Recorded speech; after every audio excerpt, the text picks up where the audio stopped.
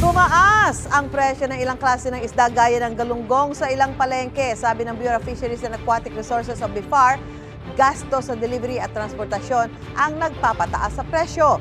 Ang mga magsasaka naman problemado dahil hindi raw sila nabibila ng palay ng National Food Authority. May unang balita si Bernadette Reyes. Sa kabila ng bumababang presyo ng bigas dahil sa ipinatutupad na maximum suggested retail price sa mga imported, mabigat pa rin daw sa mga nagbabudget ang presyo nito. Pinaghahalo ko po siya para yung makaminus po ang presyo sa ng bigas. 50 pesos tapos yung 47. Tayong mga kulang sa budget, kailangan natin talaga pumili na mas mababa para magkasa lahat ng ating bibilhin. Mula na magpatupad ng maximum SRP, mula 60 pesos kada kilo noong Enero, may mabibili na ngayon sa halagang 49 pesos o mas mababa pa. Pero pagsapit ng March 31, ibababa pa sa 45 pesos kada kilo ang maximum SRP sa imported na bigas. Sa gitna niyan, dumadaing naman ang mga magsasaka. Hindi raw kasi makabili ng palay ang NFA mula sa kanila dahil puno pa ng bigas ang mga bodega nito. Sabi ng Malacanang, nakipag-ugnayan na sila sa NFA. May mga magsasaka po na nauna na nagpalista at uunahin po lahat yan. Kung kukulangan man daw po ang bodega, magre-rent po sila ang NFA. So lahat po na magbebenta na farmer, kung sila po ay may pagkakataon na hintayin ang kanilang turn, bibilin po ito ng NFA. Hindi po natin tatanggihan ang lahat ng bebenta ng farmers.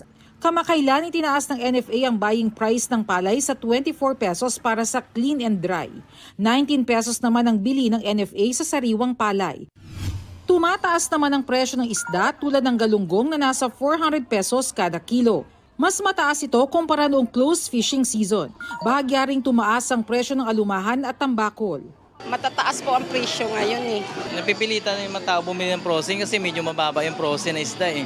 Pansin nga raw ng Bureau of Fisheries and Aquatic Resources ang mataas na presyo ng ilang isda ngayon. Isa nga sa mga posibleng dahilan yung tumaas na logistical cost doon sa buong supply chain ng production. And that would include yung fuel, tataas din siyempre yung ibang relevant logistical needs like yung mga rental ng delivery truck. Mas mahal din daw ang presyo ng isda sa mga tinatawag na secondary markets. Ibig sabihin yung mga tali-tali pa po, posibleng doon po ang nagiging dahilan nung price fluctuation. Nananatili namang mataas ang presyo ng manok na naglalaro sa 170 hanggang 250 pesos kada kilo. Ito ang unang balita, Bernadette Reyes para sa GMA Integrated News. Gusto mo bang mauna sa mga balita? Mag-subscribe na sa GMA Integrated News sa YouTube at tumutok sa unang balita.